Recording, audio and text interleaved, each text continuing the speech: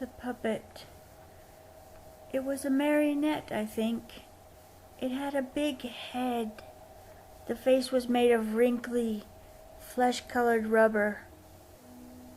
The eyes were gigantic, bulging white orbs with red pupils. The hair was black, made of some hard substance that didn't mesh with the rubbery head. The teeth were gigantic, pure white and capable of moving up and down. The body and limbs were wooden, painted to resemble clothes, but the paint was faded. You could see the wood's natural brown in some places. Each arm and leg was a different length, but the hands and feet, they were pretty detailed. It made a loud clattering sound whenever it moved. That puppet followed me. I don't mean it got up and chased me. I mean it kept showing up in my life. My earliest memory of it is from my first birthday.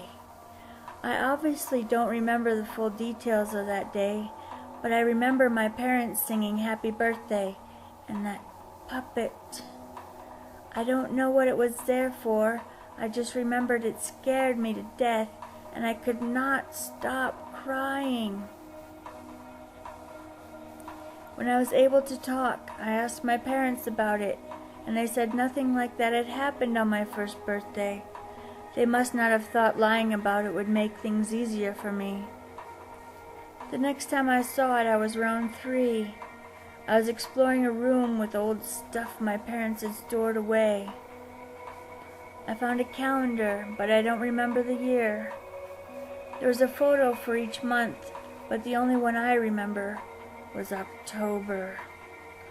That puppet was the image for it. I got scared and ran out of the room.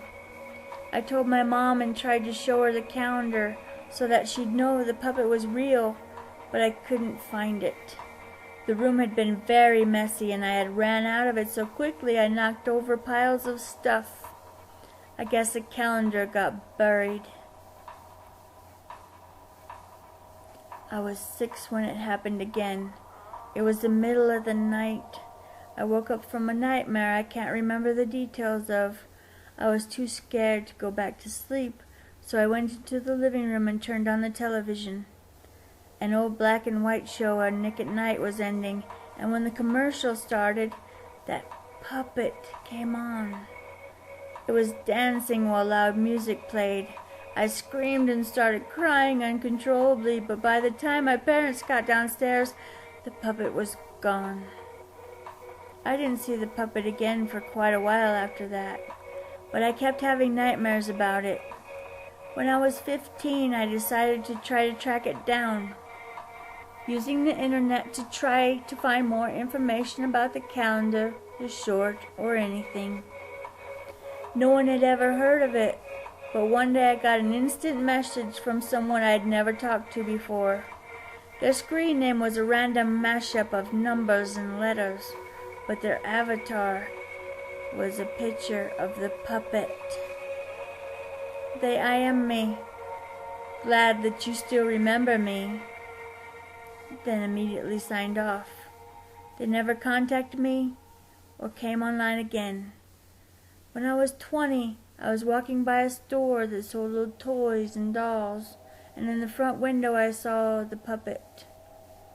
I went inside and asked the clerk if he knew anything about the puppet's history, when it was made, where it was from, anything. He didn't.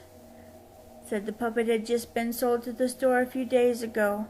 I could have it for $6. I wasn't sure what to do. It still scared me, but having proof that it really existed seemed like a good idea to me. I bought the puppet and I took it home. For a while I felt better. I viewed the puppet as a childhood fear I'd overcome as an adult, and even started to believe the explanations my parents had given me for the past appearances of it. I saw it somewhere else as a child, imagined the calendar, dreamed the TV short, and someone online who had one played a trick on me. I kept the puppet, But as I moved on in my life, I pretty much forgot about it. I finished college, I got married, and my wife should be giving birth in a few weeks. I was cleaning up her room for when the baby comes, and I found the puppet, dusty and abandoned. I didn't want my kid seeing it when he was little, so I picked it up and I decided I might as well wipe the dust off before moving it to another place. When I dusted it, I noticed a faded inscription on the back. This is what he'll look like. Before I could figure out what this meant, I heard my wife starting to cry. I rushed to her. She looked more upset than I'd ever seen her. Sobbing, she told me that the doctor just called. There's a problem with the baby.